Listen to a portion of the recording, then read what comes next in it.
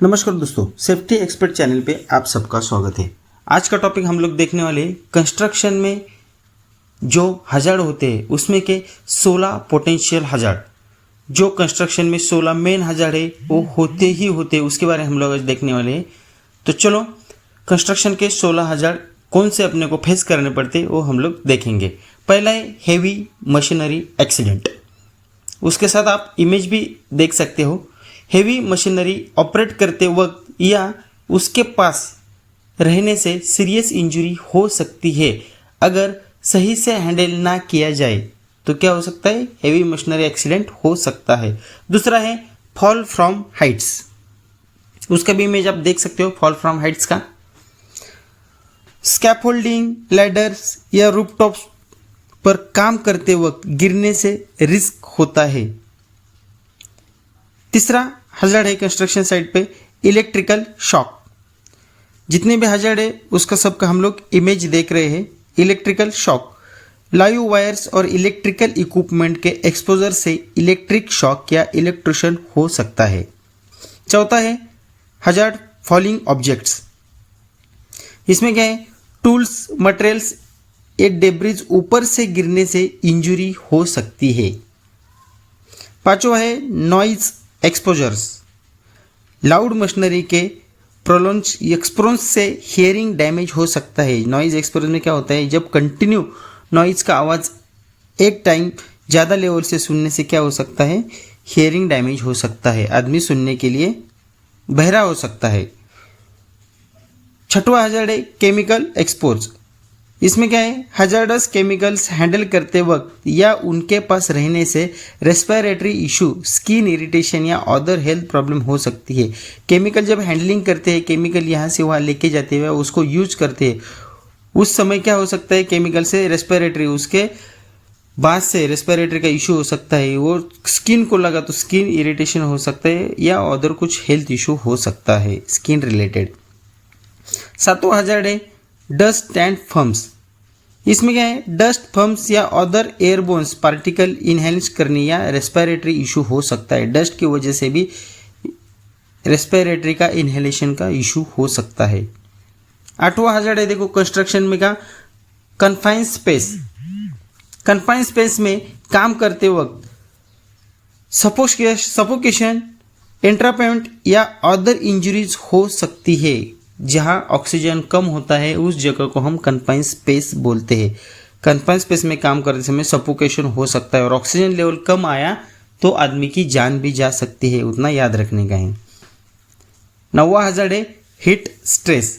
Hot condition में काम करते वक्त हीट एग्जॉशन या हीट स्ट्रोक हो सकता है। जैसे कि कड़ी धूप में, अप्रैल में महीने में जब काम करते हो, कड़ी धूप में आदमी एक जगह पर काम करेगा तो उसको हीट स्ट्रोक होने की चांसेस ज़्यादा होते हैं। इसलिए कड़ी धूप में, हॉट जगह पे या कंटिन्यू धूप में काम करने का टालना है। आगे देखो cold stress. Prolonged cold weather exposure से हाइपोथर्मिया या फ्रॉस्टी वाइट हो सकता है। ये कोल्ड स्ट्रेस का हजार्ड है। 11वां है रिपीटेटिव मोशन इंजरी। इसमें क्या आता है? रिपीटेटिव टास्क के स्ट्रेन और मस्कुलेटल डिस्चार्ज हो सकते हैं। मतलब एक जो हार्ड वर्क है आदमी कर रहा है, वही आदमी रिपीटेटिव वही काम, समझो बड़ा वाला ब्रेकर चला रहा है, एक दिन हो गए, 2 दिन हो गए, 3 दिन हो गए, उसको आदत नहीं, लेकिन कंटिन्यू बड़ा वाला ब्रेकर चला रहा है, तो क्या हो सकता है? उसको मस्कुलर में प्रॉब्लम आ सकता है, रिपीटेटिव मोशन इंजरीज हो सकती है। कंटिन्यू वही काम करने से लोडेड वाला रिपीटेटिव इंजरी हो सकती है, रिपीटेटिव वर्क से। आगे 12वां देखो फायर एंड एक्सप्लोजन। फ्लैमेबल मटेरियल्स और फॉल्टी इक्विपमेंट से फायर से एक्सप्लोजन हो सकता है। फ्लैमेबल मटेरियल जहाँ रखा है वहाँ समझो वेल्डिंग का काम है, किसी ने बीड़ी जलाई है, किसी ने चिंगारी लगाई है, तो वहाँ फायर और एक्सप्लोजन का खतरा हो सकता है। आगे देखो 13वां है हजार्ड मैनुअल हैंडलिंग इंजरीज। इसमें क्या है? हेवी ऑब्जेक्ट्स लिफ्ट्स कैरी या मूव करने से स्ट्रेंस या स्प्रेंस को स्केट है। तो मैनुअल हैंडलिंग में क्या हो सकता है? जब ऑब्जेक्ट आप लिफ्ट कर रहे हो, कैरी कर रहे हो या एक जगह से दूसरी जगह पे मूव कर रहे हो तो उस समय में क्या हो सकता है, स्ट्रेन्स और स्प्रेन्स हो सकते हैं, उतना ध्यान रखना है। चौथा देखो, ये हजार्ड तो कंपलसरी कंटिन्यू होता ही रहता है, slip, trips and fall hazard.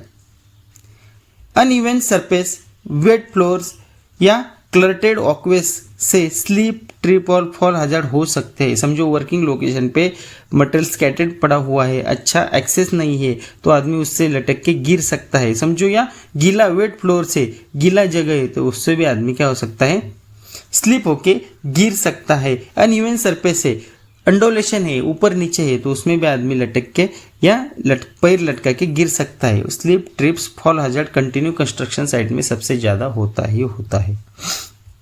आगे देखते हैं 15वां, पुअर लाइटिंग।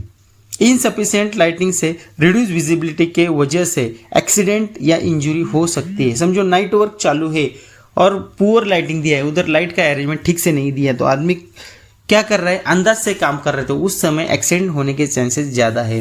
दूसरी बात है, बेसमेंट में काम कर रहे हो, वहाँ भी लाइट की ज़रूरत होती है, वहाँ भी लाइट प्रोवाइड नहीं किया है अच्छी तरीके से तो आदमी अंदाज से काम कर सकता है, काम कर रहा है तो उधर क्या हो सकता है, उधर एक्सीडेंट होने की चांसेस ज़्यादा है। पुअर लाइटिंग एक सबसे बड़ा हजार्ड है। और लास्ट का 16वां हजार्ड देखते हैं जो कंटिन्यू कंस्ट्रक्शन साइट पर होता रहता है, vibration expose. Project vibration tools use करने से हैंड आर्म वाइब्रेशन सिंड्रोम या अदर इंजरीज हो सकती है। मैंने थोड़ी देर पहले भी बताया, बड़ा वाला मशीन समझो यूज कर रहे हो और उसको वाइब्रेशन सबसे ज़्यादा है तो उस वाइब्रेशन, कंटिन्यू वाइब्रेशन वाला मशीन चलाने से क्या होता है, तो आदमी का हाथ दर्द कर सकता है, मस्कुलर उसका दर्द कर सकता है। तो दोस्तों कंस्ट्रक्शन रिलेटेड में हमने हजार्ड देखे जो सबसे ज़्यादा ये 16 हजार्ड कंस्ट्रक्शन साइट में होते हैं। तो इस सबके लिए कंट्रोल मेजर्स क्या हो सकते हैं, तो सबके लिए क्या क्या कंट्रोल मेजर्स करने, जितने भी 16 हजार्ड है उस 16 हजार्ड को कंट्रोल करने के लिए कौन से कंट्रोल मेजर्स लेना चाहिए ये हम लोग देखने वाले। कंस्ट्रक्शन रिलेटेड काफ़ी क्रिटिकल हजार्ड्स को कंसिडर करना जरूरी है। प्रॉपर सेफ्टी मेजर्स इंश्योर करना, पर्सनल प्रोटेक्टिव इक्विपमेंट का यूज करना और सेफ्टी रेगुलेशन को फॉलो करना इन रिस्क को मिटिगेट करने में मदद करता है। यह कुछ एडिशनल सेफ्टी टिप्स और बेस्ट प्रैक्टिस है। तो चलो क्या क्या कंट्रोल मेजर्स करना चाहिए ये हम लोग देखते हैं। पहला है ट्रेनिंग और एजुकेशन। इंश्योर करें कि सभी वर्कर्स और पर्सनल को इक्विपमेंट का यूज और सेफ्टी प्रोटोकॉल के बारे में सही ट्रेनिंग दिया गया हो। कौन सा भी काम चालू करने से पहले वो काम के रिलेटेड वर्कर को ट्रेनिंग दिया गया है और उसको उस काम के बारे में एजुकेशन मालूम है, यह जानकारी होना बहुत जरूरी है। दूसरा कंट्रोल मेजर देखेंगे, personal protective equipment, PPS. Appropriate PPS का यूज करो जैसे कि हेलमेट, ग्लोव्स, सेफ्टी गॉगल्स और ईयर प्रोटेक्शन। कौन सा एक्टिविटी कर रहे हो उस एक्टिविटी को कौन से पीपीएस की जरूरत है वह पीपीएस उसको प्रोवाइड करना बहुत जरूरी है। तीसरा कंट्रोल मेजर से सेफ्टी इंस्पेक्शन। इसमें क्या है, रेगुलरली इक्विपमेंट और वर्क एरियाज को इंस्पेक्ट करो पोटेंशियल हजार्ड के लिए। जो इक्विपमेंट हम लोग यूज कर रहे हो या जो लोकेशन पे हम लोग काम कर रहे हो उस लोकेशन का या उस इक्विपमेंट का सेफ्टी इंस्पेक्शन होना जरूरी है। क्या है, क्योंकि उसमें पोटेंशियल हजार्ड क्या है वो देख के वो हम टाल सकते हैं और उसके बाद हम उधर एक्टिविटी चालू कर सकते हैं। चौथा देखेंगे, क्लियर कम्युनिकेशन। टीम्स मेंबर के बीच क्लियर कम्युनिकेशन मेंटेन करो, स्पेशली हाई रिस्क एरिया में। समझो सबसे ज़्यादा क्या है, हाई रिस्क एरिया में कम्युनिकेशन कम हो जाता है। समझो टावर क्रेन का काम कर रहे हो, बूम के साथ काम कर रहे हो तो टावर क्रेन ऑपरेटर और सिग्नल मैन और वर्किंग लोकेशन पे जो सुपरवाइजर वर्कर है उनमें कम्युनिकेशन ठीक से होना चाहिए। समझो मटेरियल लिफ्ट किया है तो कौन सा मटेरियल कहाँ रखना है, कौन सा मटेरियल को कौन से साइड से घुमाने का है, कौन से लोकेशन पे कौन सा मटेरियल अच्छी तरीके से स्टैक करना है, वह clear communication operator, signal man और सुपरवाइजर इंजीनियर के बीच में होना बहुत जरूरी है। यह कम्युनिकेशन ठीक तरह से होगा, कोई एक्सीडेंट होता नहीं है। पांचवा देखेंगे कंट्रोल मेजर्स, इमरजेंसी प्रोसीजर। इसमें क्या है, क्लियर और एक्सेसिबली इमरजेंसी प्रोसीजर रखो इंक्लूडिंग फर्स्ट एड और इवैक्यूएशन प्लान। जहाँ भी एक्टिविटी चालू है वहाँ के इंजीनियर वर्कर्स को सबको मालूम होना चाहिए कि इंसिडेंट या एक्सीडेंट या फर्स्ट एड होने के बाद यहाँ फर्स्ट एड रूम कहाँ है, इसका इवैक्यूएशन प्लान कहाँ है, यहाँ का असेंबली पॉइंट कहाँ है, एक्सीडेंट होने के बाद किसको कॉल करना है, किसको बुलाना है। यह इमरजेंसी प्रोसीजर सबको मालूम होना बहुत जरूरी है। और छठवा है control measures, ergonomics, ergonomic practice implement करो ताकि रिपीटेटिव मोशन इंजरीज और मस्कुलोस्केलेटल डिसऑर्डर्स का रिस्क कम हो सके। एर्गोनॉमिक्स का क्या है, समझो हम जीने से ऊपर जा रहे हैं और सब जीना 1-1 फीट के हाइट पे और कुछ जीना 2-2 या 2.5 फीट के हाइट पे, तो वहाँ क्या कर रहा है, पैर ज़्यादा उठा के चलना के लिए चढ़ के ऊपर जाना पड़ रहा है। तो वो क्या है, लेकिन वो कंटिन्यूस में हमारे प्रैक्टिस में आएगा तो क्या हो सकता है, पैर दर्द कर सकता है, मस्कुलर डैमेज हो सकता है, मस्कुलर दर्द कर सकता है, उसको ही बोलते हैं एर्गोनॉमिक्स। तो एर्गोनॉमिक्स को टालने के लिए जो स्टेप सब 1 फीट के 1 फीट दिया है वह कंटिन्यू तो होना चाहिए। मतलब जो अपने बॉडी को ये करता है, ज़्यादा प्रभाव पड़ता है, वह एक्टिविटी कंटिन्यू नहीं होना चाहिए। उससे क्या हो जाता है, मस्कुलर का प्रॉब्लम आ सकता है। तो दोस्तों, इन ऊपर दिया हुआ कंट्रोल मेजर्स करके आप अपने कंस्ट्रक्शन रिलेटेड कॉन्टैक्ट के लिए एक सेफर इन्वायरमेंट क्रिएट कर सकते हो। तो चलो दोस्तों, आज का वीडियो इतना ही। वीडियो अच्छा लगा होगा तो वीडियो को लाइक करो, शेयर करो और सब्सक्राइब करो। जिस किसी ने सब्सक्राइब नहीं किया उस सब लोगों ने सब्सक्राइब करो, ताकि जब मैं नया वीडियो बनाऊंगा तो सबसे पहले आप तक पहुंच जाएगा। तो चलो दोस्तों, आज तक इतना ही। जल्दी मिलेंगे एक नए वीडियो के साथ, तब तक धन्यवाद।